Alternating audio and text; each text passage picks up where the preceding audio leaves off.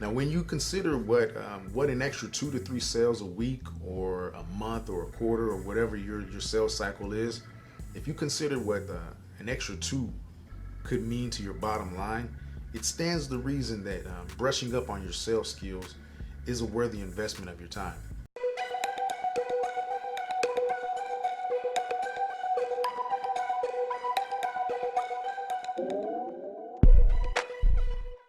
Greetings, Anthony Washington here, and the purpose of this channel, the purpose of this video is to help you maximize your marketing dollars for exponential growth, exponential profits.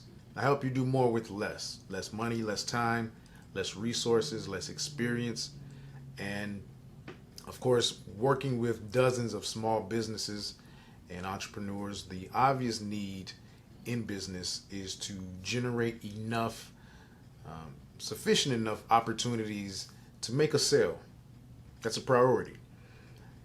Interestingly, though, I've observed that in many cases, in many instances, especially local smaller businesses, which is the backbone of America, getting adequate enough attention to your products and services is not the main problem. That's what everybody thinks is the main problem. That's the reason why they seek out professional help. They seek out consultants and marketing managers. But there's a lot of things, little things, details. Everything is details, and my niche in the marketplace is the details that make all the difference for somebody who's small, local, smaller operations. Is the details is what separates them from being able to scale up, to have a level of freedom that you dream of when you become a business owner, an entrepreneur. So I've identified 5 major problems that every small business makes that needs to be corrected, especially going into 2020 and beyond. 1, a lack of systems and processes. Again, that speaks to detail. Number 2, there's room for improvement in sales skills. They don't know how to sell. Number 3 is no clear distinction in their company. Number 4 is they have no credibility. And I'll get into a good detail about that. And number 5, you don't know who your customer is. Let's talk about it. Number 1, a lack of systems and processes. Actually, allow me to clarify that statement. The fact of the matter is, you actually do have a system. Everybody has a system. You have all types of systems for many aspects of our lives. Yeah. However, a great number of us don't actually consider the implications of every piece of action that goes on in our systems. Take some good consideration. These actions are called the processes. This type of consideration is in marketing your business. You'll find areas of inefficiencies, opportunities to extract more margins out of what you're already doing, your existing operations. And that's an eye opener for a lot of small businesses, is simply squeezing the proverbial juice out of every orange, which is every aspect of your existing operations, not let alone implementing new operations or new strategies and new tactics. A lot of what you're looking for is already in your existing operation. So strategically taking the time to think through the ways that prospects come into your purview and into your funnel, how they come in contact with your business. You can actually create more revenue without spending more or spending much. This is not a natural way of thinking for most entrepreneurs. It didn't come naturally to me. Your natural inclination is to work hard and hustle and just take whatever comes to you, and kind of work it out as you go along. But just the best advice I can give somebody is to just simply start with documenting your processes that you already have in place. Bring somebody in if you need to videotape you.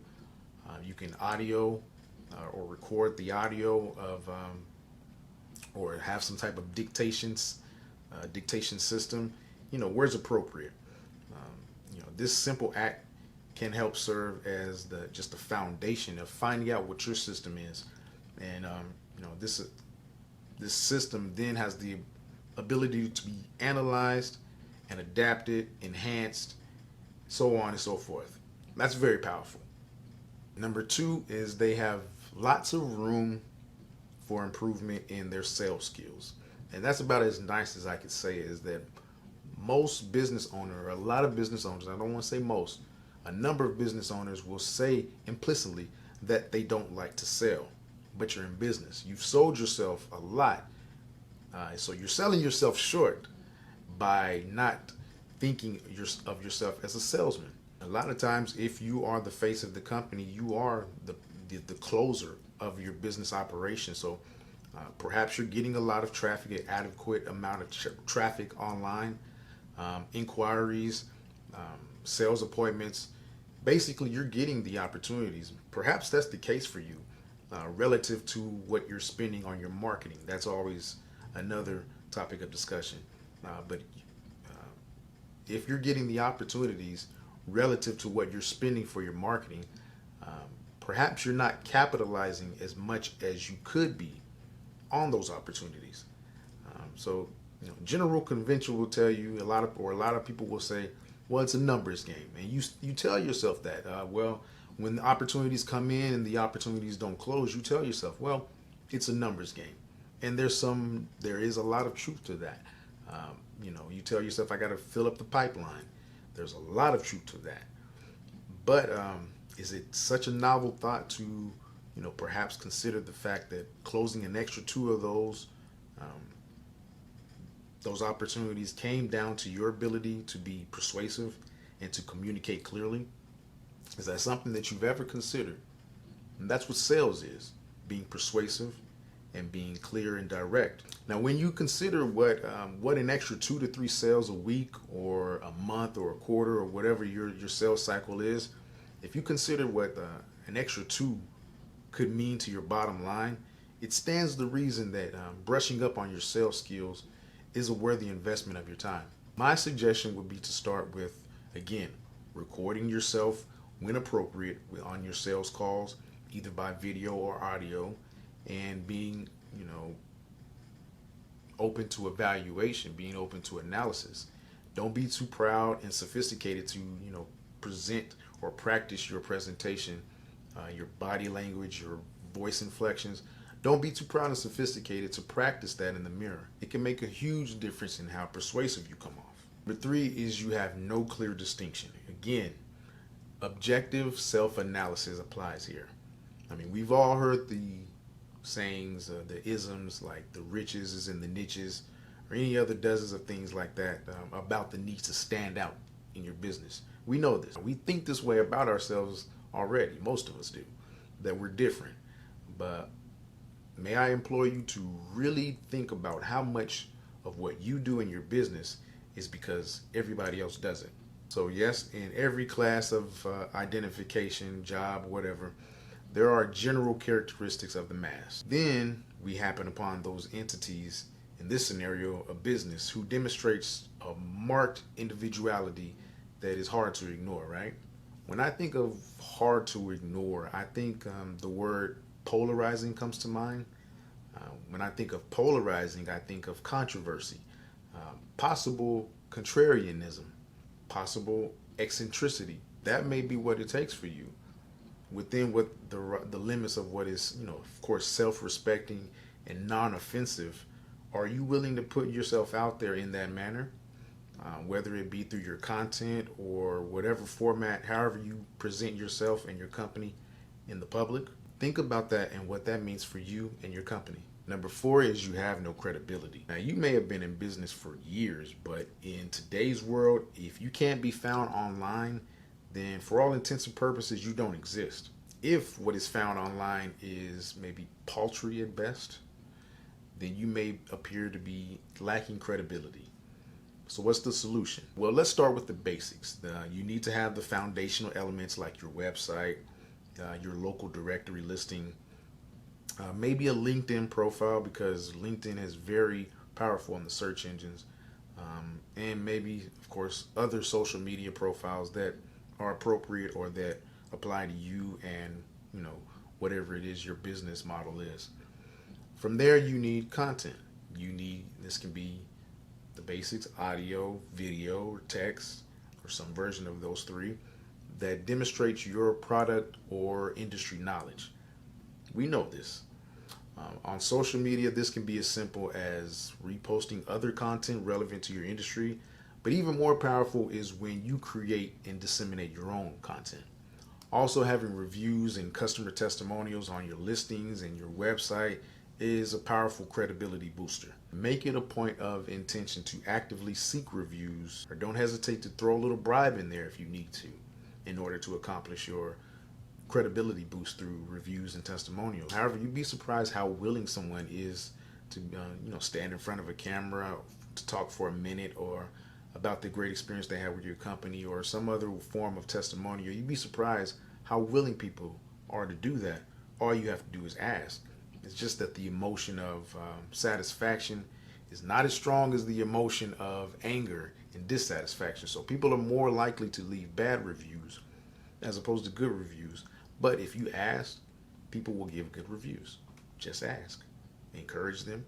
Bribe them if you have to. Another source of credibility that you may not always consider is just simply to borrow the credibility from your partners and from your team that you do business with. Perhaps one of your vendors has a great reputation in the industry, thereby validating any business that's associated with them or does business with them. Anybody that has a good working relationship with them. By proxy, you can borrow that credibility. Maybe you utilize a third-party service to handle for an entire department or an entire operation. Highlight that. If they're credible and they're reputable in what they do, you can borrow that credibility. That adds to your credibility, and it should be featured, it should be highlighted when and where appropriate. And number 5 is you don't know who your customer is. So this is sort of related to number 3, not having no distinction. So of course, yes, you may serve any warm body with the funds, but that's not how you want to communicate yourself in your marketing message. Targeting is one of the huge advantages in marketing that data and technology have created for us today. You can speak directly and narrowly to various demographics and points of interest through a number of different channels and mediums, and which is very important today in a noisy marketplace. The better you can tailor and focus in on a specific problem for a specific type of person, the better chance you have of crafting a message that is compelling, that positions you as the obvious choice to do business with. So take the time to think about and research who your ideal client is, or perhaps who is most likely to be your client, your prospect, and dive a little deeper into some of their interests, into some of the things that brings them to being in your purview or in your demographic for business. Speak to some of their interests, their pain points, in order to get very specific and, again, to compel them. That is the most powerful method of doing marketing nowadays. So if you consider these things and reevaluate your marketing accordingly, you will most definitely be able to glean a few jewels out of your existing operation, as well as be able to seamlessly integrate new operations. That's all I have for today. Hopefully that information was helpful for you. I'll leave any pertinent information below this video, and I'll see you on the next one.